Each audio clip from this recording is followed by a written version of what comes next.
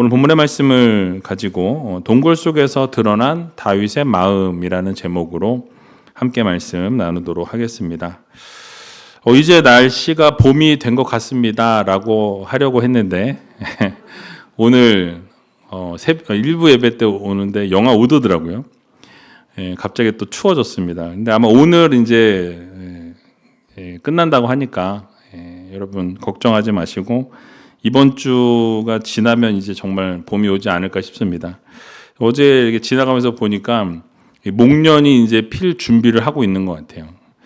그래서 여기저기 새싹도 돋아나게 될 것이고 꽃이 피는 아름다운 봄이 오게 될 텐데, 여러분 하나님께서 허락하신 대자연을 날마다 누리시고 또 행복한 삶을 그렇게 살아갈 수 있는 귀한 우이제일교회 모든 성도님들이 다 되시기 바랍니다.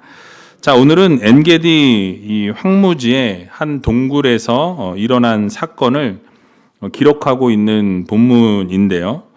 여러분, 이 본문 말씀을 통해서 하나님께서 여러분들에게 허락해 주시는 이 교훈의 말씀이 무엇인지 같이 한번 함께 생각해 보는 시간을 갖도록 하겠습니다. 우리는 인생의 가장 어두운 지점에 있는 이 한 동굴 속에 다윗을 보게 됩니다. 이 사울 왕이 군사 3,000을 거느리고 끈질기게 이 다윗의 뒤를 쫓게 되는 것을 보게 되죠. 자, 그런데 오늘 본문에서 기가 막힌 반전의 역사가 일어나게 됩니다. 바로 다윗을 죽이려던 사울이 발을 가리기 위해서 다윗이 숨어 있었던 그 동굴 안으로 혼자 들어오게 되었던 것이죠. 자, 여기서 발을 가린다라는 것은 여러분들이 아시겠지만 화장실을 위해서 이 동굴로 들어가게 된 것입니다. 그래서 이로 인해서 다윗의 이 군사들은, 부하들은 흥분했어요. 여러분, 이유가 무엇이겠습니까? 드디어 하나님이 기회를 주셨다라고 생각한 것이죠. 그러면서 이제 원수를 갚을 수 있는 절호의 찬스가 왔습니다. 이렇게 생각했던 것이죠. 자, 여러분, 그런데 정말 이 사건이 이 기회였냐라는 거예요. 아니면 이 사건이 하나님이 다윗을 다시 한번 테스트하시는 시험이었을까요? 세상적인 눈으로 보게 되면 정말 완전하고 완벽한 기회였습니다. 그런데 믿음의 눈으로 이 사건을 우리가 보게 되면 다윗이 정말 왕으로서의 자격이 있는가, 하나님이 보실 때 정말 하나님을 전적으로 의지하고 하나님을 바라는 그러한 왕의 모습인가를 테스트하신 것이라고 우리는 생각해 볼 수 있는 것입니다. 자, 이게 무슨 말이냐면 하나님의 방법과 이 사람의 지름길 사이에서의 하나님의 테스트였다라는 거죠. 여러분, 왕은 자기 뜻대로 자기 마음대로 통치하는 자가 아니라 바로 하나님의 뜻을 대행하는 자가 왕이었습니다. 그러니까 사울이 지금 동굴로 들어오게 된 것은 다윗에게 하나님의 때를 내가 기다릴 것인가?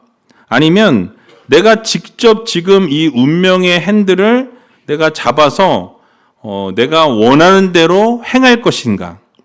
이것을 지금 결정해야만 하는 그런 상황이었던 것이죠.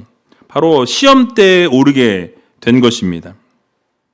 자, 그런데 다윗은 현재 주어진 상황을 생각해 보면, 여러분, 사울만 죽이면 그동안 너무너무 힘들고 도망자의 삶을 살았던 이 모든 시간들을 이제 끝맺음을 지을 수 있는 그런 상황이었습니다. 그러니까 수십 년간의 이 도망자의 생활을 마침표로 이제 찍을 수 있는 그런 상황이 주어진 것이죠. 그리고 당장이라도 이제 왕으로 등극할 수 있는 그런 상황이었습니다. 자, 그러나 하나님께서는 결과보다 이 과정을 더 중요하게 보시는 하나님이시라는 거예요. 그래서 불의한 방법으로 얻게 된 이 왕좌는 결국 불의한 방법으로 무너질 수밖에 없다라는 것이죠. 여러분, 하나님께서는 다윗이 하나님께서 주시는 왕관을 받을 때까지 인내할 수 있는 사람인지를 하나님은 확인하고 싶으셨던 거예요. 여러분, 리더는 사람의 목소리에 휘둘리지 아니하고 하나님의 기준을 지킬 줄 아는 그런 사람이어야 했습니다.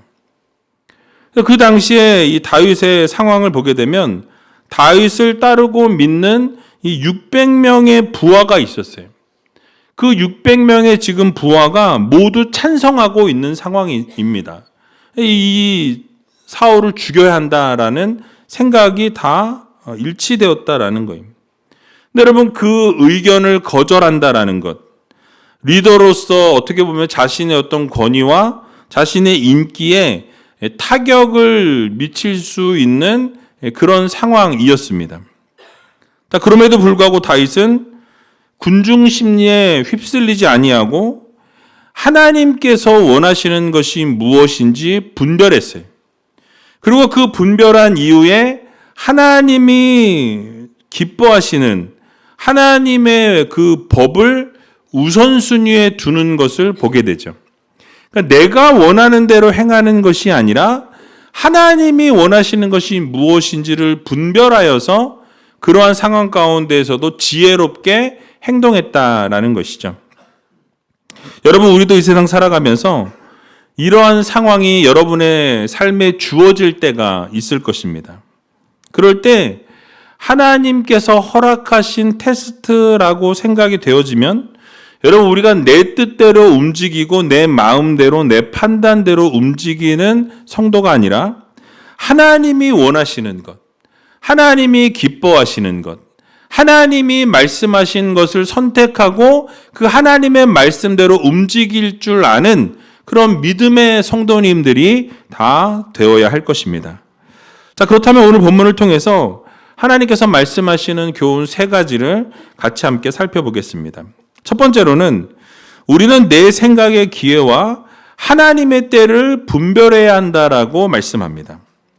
여러분, 사울 왕이 블레셋 사람들과 싸우고 돌아오게 될 때 다윗이 이 엔게디 광야에 있다는 소식을 사울이 듣게 됩니다. 자, 그러자 사울은 그 이야기를 듣자마자 정예 군사였던 3,000명을 데리고 다윗과 다윗의 부하가 있는 곳을 찾아 떠나게 되죠. 자, 그런데 그때 마침 굴이 있었습니다. 그리고 그 굴에 사울은 용변을 보기 위해서 홀로 그 동굴 안으로 들어가게 됐죠. 자, 그런데 그 깊숙한 굴 속에는 이미 누가 있었습니까? 이미 다윗과 그 다윗을 따르는 600명의 부하들이 그 속에 있었다라는 거예요. 그리고 다윗의 부하들이 이렇게 말하는 것을 보게 됩니다. 오늘 4절 말씀인데요. 같이 한번 4절 말씀 읽어보도록 하겠습니다. 다윗의 사람들이 가로되 보소서, 여호와께서 당신에게 이르시기를 내가 원수를 내 손에 붙이리니 내 소견에 선한 대로 그에게 행하라 하시더니 이것이 그날이니이다. 다윗이 일어나서 사울의 겉옷자락을 가만히 베니라. 아멘. 여러분, 지금 다윗의 부하들이 다윗에게 한 말을 우리가 가만히 살펴보면 상당히 이 하나님을 의지하면서 하나님의 말씀대로 이렇게 실천하려고 하는 것처럼 참 신앙적으로 들려지는 것을 보게 됩니다. 뭐라고 합니까? 하나님께서 말씀하신 그날이 왔습니다 라고 이야기해요. 원수를 너의 손에 넘겨줄 테니 내 소견에 좋은 대로 그에게 행하라 라고 하신 그날이 바로 오늘입니다 라고 이렇게 지금 부하들은 이야기하는 것을 보게 되죠. 여러분, 겉으로 이 모든 상황을 우리가 보게 될 때 모든 것이 딱딱 맞아떨어져 보였습니다.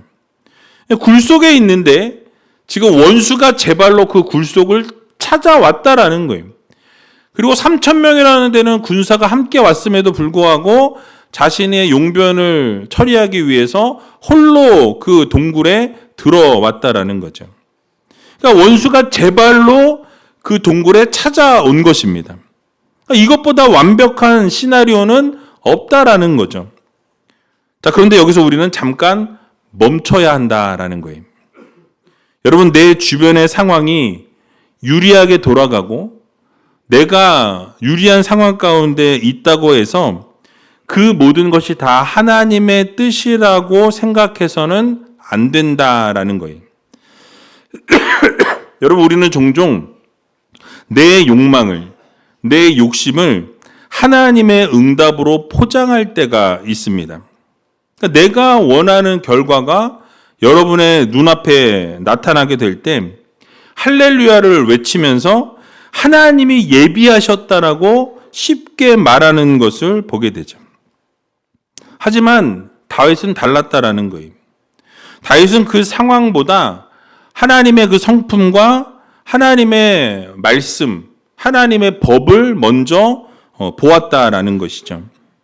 자, 그래서 다윗은 어떻게 행동했습니까? 상상하지 못한 방법을 사용했다라는 거예요.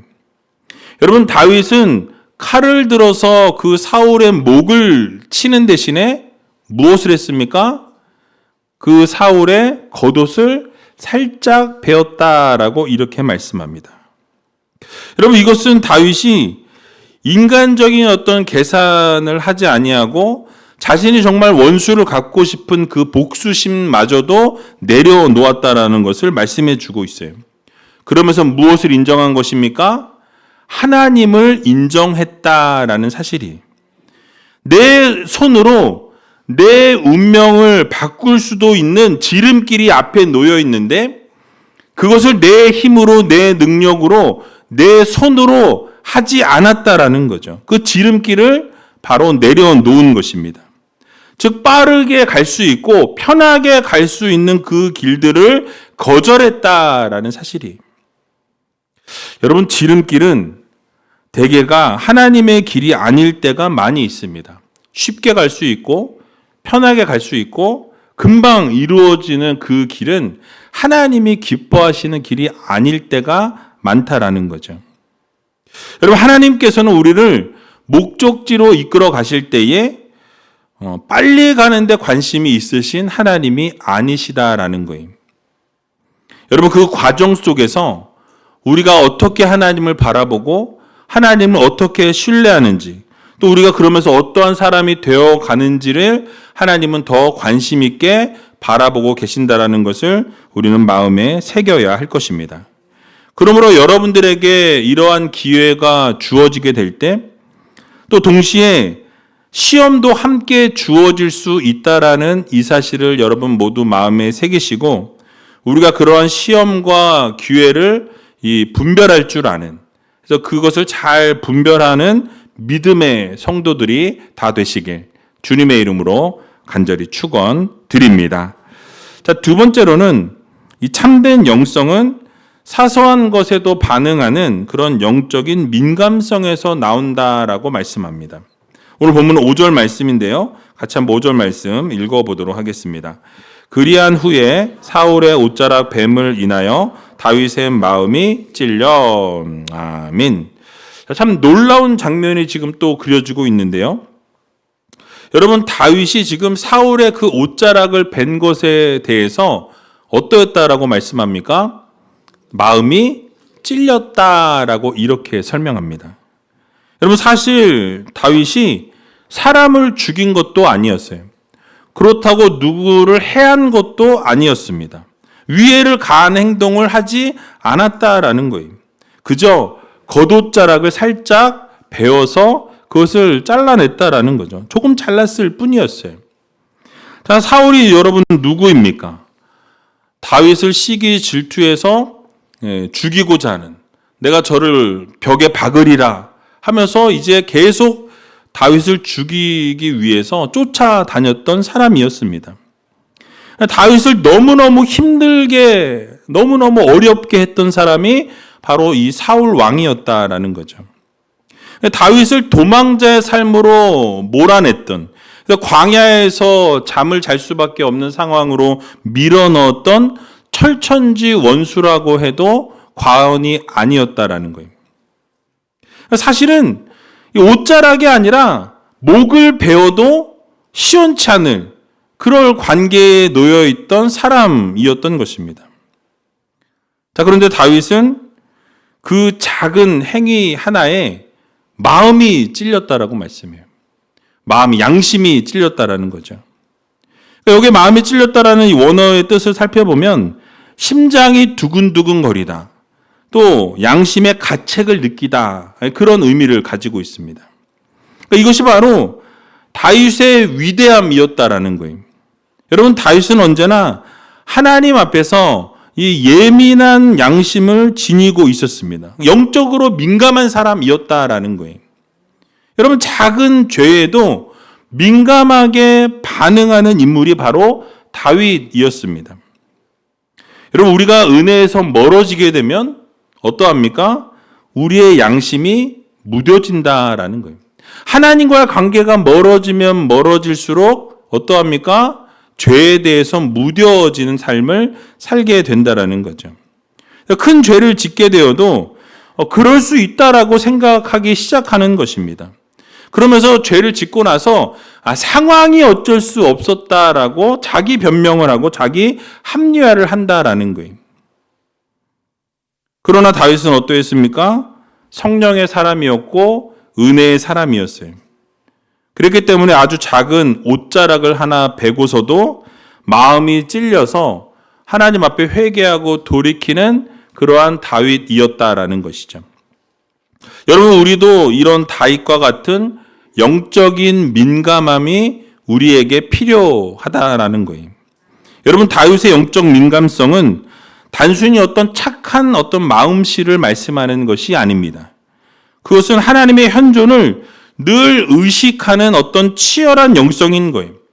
하나님의 그 살아계심, 하나님의 역사하심, 하나님을 바라고 하나님을 구하고 하나님을 전적으로 의지하면서 하나님께 모든 것을 두며 살아가는 그런 영적인 민감함이 다윗의 삶 가운데 있었다라는 사실이에요. 여러분, 그래서 우리가 이 세상 살아가면서 죄의 크기가 아니라 바로 하나님과의 그 거리에 민감한 하나님의 자녀들이 되어야 할 것입니다. 그래서 혹시 내가 하나님과 멀어져 있진 않은지, 내 지금의 삶을 돌아보니까 하나님과 가까이 있어야 함에도 불구하고 죄 때문에 점점 하나님과 멀어지고 있진 않은지 우리 자신을 들여다 보아야 할 것입니다. 사실 다윗은 사울의 생명을 해치지 않았어요. 단지 옷자락 끝을 살짝 베었을 뿐이었습니다. 그러니까 세상의 기준으로 보면 아무것도 아닌 일이었어요. 옷만 살짝 잘랐다라는 거죠. 함께 있었던 부하들이 볼 때도 너무나 소심한 행동이었다라는 거예요. 그러나 다윗은 그 작은 행동에도 자신의 심장이 뛰기 시작했고 양심의 찔림이 느껴질 정도의 그러한 행동이었다라는 거예요.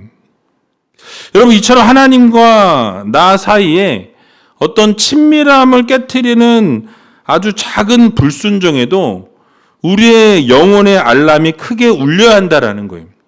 하나님 앞에서 우리가 죄된 모습으로 서 있고 하나님이 기뻐하시지 않는 일을 행하게 되었을 때 우리가 무뎌진 감각으로 그렇게 그냥 지나치는 것이 아니라 하나님이 기뻐하시지 않는 일을 행하였을 때 어떻게 합니까?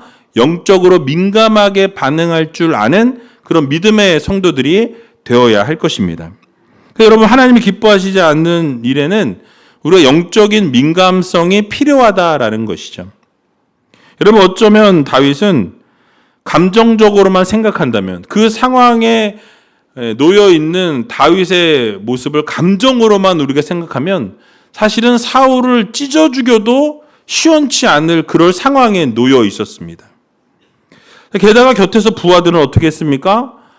이 다윗에게 사울을 죽이라고, 죽일 기회라고, 정말 절호의 찬스라고, 하나님이 주신 기회라고 말할 정도로 어떻게 했습니까? 정당화시켰다라는 거예요. 충동질했습니다. 하지만 다윗은 지금 자신의 감정적인 마음의 소리보다 무엇을 따르고 있습니까? 하나님의 말씀을 따르고 있는 거예요. 하나님의 말씀의 원리에 우선순위를 두었다라는 사실이에요. 여러분, 그래서 어떻게 반응하게 됩니까? 하나님께서 기름 부어 세우신 자를 치는 것은 하나님이 금하신 것이다. 이게 하나님의 말씀이요, 하나님의 법칙이다라고 선포하는 것을 보게 됩니다. 그 말씀의 원리를 다윗은 붙들었다라는 거예요. 세상의 소리에 귀를 닫고 하나님의 말씀의 원리를 붙들었던 다윗이었습니다. 여러분, 이처럼 영적인 민감성은 기분이 아니라 기준이 중요하다라는 거예요. 여러분의 삶에도 마찬가지입니다.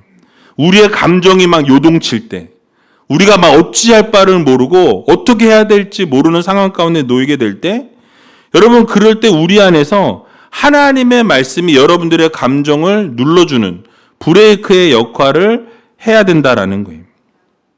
여러분, 특별히 억울하고 분한 상황 가운데 있을 때 여러분, 내 기분이 어떠한지보다 하나님께서 말씀하신 그 율법이 무엇이고 하나님이 우리에게 명령하신 것이 무엇인지를 분별할 줄 아는 믿음의 성도들이 되어야 할 것입니다. 그래서 하나님의 말씀이 무엇인지를 따져보고 끝까지 하나님의 말씀을 붙들고 살아가는 여러분 믿음의 성도님들이 다 되시기 바랍니다. 그런 영적인 민감성을 우리가 지녀야 한다라는 거예요. 특별히 다윗이 이 옷자락을 벤 것에 대해서 가책을 느꼈던 이 결정적인 이유는 그것이 하나님께서 세우신 그 권위에 도전하는, 어떻게 보면 상징적으로 공격하는 것이었기 때문이었다라는 거예요. 여러분, 다윗이 이 사울의 옷자락을 벤다라는 것은 하나님이 지금 처리하지 못하시니까 누가 하겠습니다라는 거죠? 내가 하겠다라는 거예요. 하나님이 여태껏 내가 기다려 보니까 하나님은 일을 하지 않으시니 그럼 누가 하겠냐라는 거예요? 내가 직접 처리하겠다라는 선포인 거예요. 불신앙의 표현인 것입니다. 여러분, 진정한 영적 민감성은 하나님께서 일하실 공간을 내어드리는 거예요. 내가 해결하려고 덤벼드는 것은 여러분 영적으로 상당히 둔감한 그런 상태인 것입니다. 그러니까 여러분의 삶 속에서도 마찬가지라는 거예요. 여러분들의 삶에 문제가 생겼을 때 내가 그 문제를 해결하려고 달려든다면 우리는 상당히 영적으로 둔감한 상태에 있다라고 보시면 된다라는 것이에요. 여러분, 우리의 삶에 문제가 생겼을 때 우리가 팔을 막 걷어붙이고 우리가 그 일을 무엇인가 행하기 이전에 해야 될 것이 무엇입니까? 하나님 앞에 기도하는 거예요. 하나님이 원하시는 것이 무엇인지를 분별하는 거예요. 하나님의 뜻이 무엇인지를 먼저 물어야 한다는 것입니다.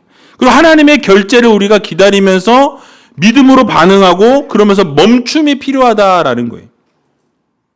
여러분, 내가 멈추고 하나님의 주권을 침해하지 않을 때 하나님은 반드시 일하시고 역사하시고 기적을 베푸시는 전지전능하신 하나님이심을 여러분 모두 믿으시기 바랍니다.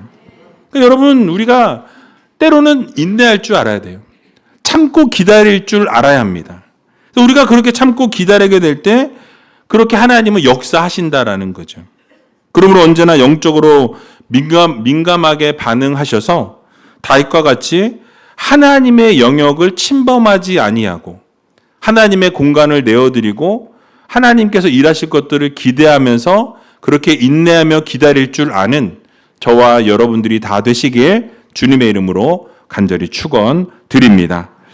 마지막으로 이 심판의 주권을 하나님께 위탁해야 한다라고 말씀하고 있어요. 오늘 본문 12절 말씀인데요. 같이 한번 12절 말씀을 함께 읽어보도록 하겠습니다. 여호와께서는 나와 왕 사이를 판단하사 나를 위하여 왕에게 보복하시려니와 내 손으로는 왕을 해하지 않겠나이다. 아멘. 여러분, 이제 다윗이 이 굴에서 나온 이후에 사울을 부르게 됩니다. 사울을 부르면서 뭐라고 이야기합니까? 왕은 어째서 이 다윗이 왕을 해하려 한다라는 그런 이야기만, 그런 사람들의 말만 들으시냐라고 그렇게 묻습니다. 그러면서 다윗은 오늘 자신에게 하나님이 왕을 죽일 수 있는 기회를 주셨다라고 이렇게 선언하는 것을 보게 되죠. 그런데 뭐라고 이야기합니까? 여호와의 기름 부음 받은 자를 어떻게 해요? 죽일 수 없다고. 하나님이 금하셨기 때문에 그 옷자락만 내가 베었다라고 그렇게 이야기하게 됩니다. 그러면서 뭐라고 이야기합니까? 바로 오늘 본문을 보게 되니까 왕과 자기 사이를 하나님께서 판단해 주시길 원한다라고 이렇게 선포하죠. 그러니까 하나님께서 보복을 당연히 하시겠지만 나의 손으로는 어떻게 하겠다? 왕을 절대로 해하지 않겠다라고 이렇게 말씀하는 것을 보게 되죠. 여러분, 결국 다윗이 선포한 것이 무엇입니까? 그러니까 자신의 손으로는 절대 이 일에 대해서 해결하지 않겠다라는 거예요.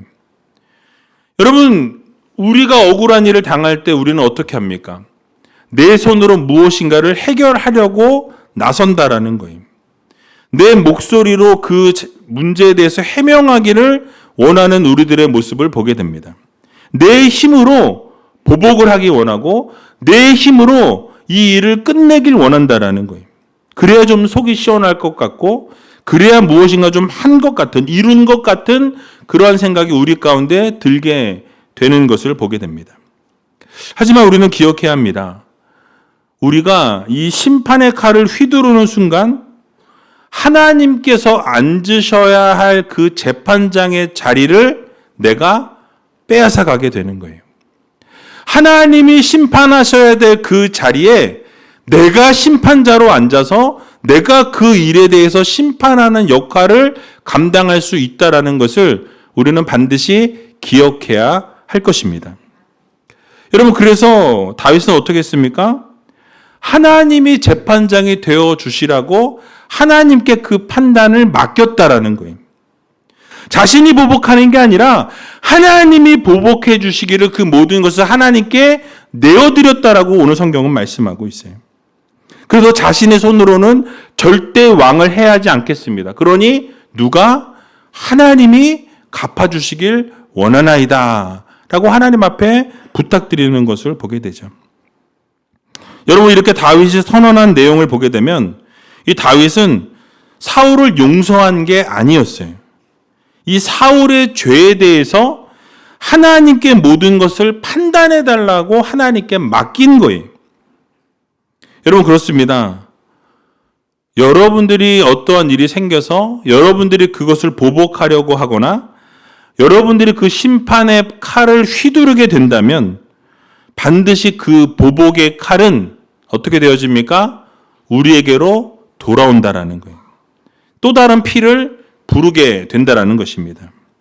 그러나 심판의 주권을 하나님께 맡기면 여러분 어떻게 되겠습니까? 하나님의 공의에 맡기게 될 때 선하신 하나님이 그 모든 것을 이루어 주신다라는 것을 여러분들 모두 믿으시기 바랍니다. 그렇게 될 때 여러분들의 삶에 평화가 찾아오게 되고 치유의 삶이 찾아오게 되고 놀라운 기적의 역사가 일어나게 된다라는 것을 믿으시기 바랍니다. 그러므로 어떤 억울한 일이 있든지 여러분 판단을 받아야 할 일이 있으시다면 하나님께 그 심판의 주권을 내어드리는 믿음의 성도님들이 다 되시기 바랍니다. 그래서 하나님께 모든 것을 맡기셔서 하나님이 일하시고 그 선한 하나님께서 모든 것을 주관하실 수 있도록 여러분의 삶의 자리를 내어드리심으로 하나님께서 모든 것을 책임져 주시는 그런 삶을 살아갈 수 있는 우이제일교회 모든 성도님들이 다 되시기 바랍니다. 말씀을 정리하겠습니다. 여러분 혹시 억울한 일을 당하셨습니까? 그리고 주변에서는 지금이 기회라고 너의 방식으로 결정하라는 그런 유혹의 목소리가 들리고 있는 상황에 놓여 있으십니까? 여러분 그럴 때 우리는 우리의 칼을 내려놓아야 합니다. 다윗과 같이 옷자락을 벤 것만으로도 아파하는, 그런 맑은 영성을 우리는 회복해야 할 것입니다. 그리고 재판장이 되어주시는 하나님께 우리는 모든 것을 맡겨 드려야 합니다. 선하신 하나님, 공의의 하나님께서 그 모든 것의 재판장이 되어주신다라는 이 사실을 여러분 모두 믿으시고 결국 여러분들의 명예도 하나님이 회복시켜 주시고 여러분들의 모든 막혔던 문제도 하나님이 뚫어주시고 가장 선한 길로 좋은 길로 하나님이 인도해 주신다라는 이 사실을 여러분 모두 믿으시고 하나님께 모든 것을 다 내어 맡길 수 있는 저와 여러분들이 다 되시길 주님의 이름으로 간절히 축원드립니다.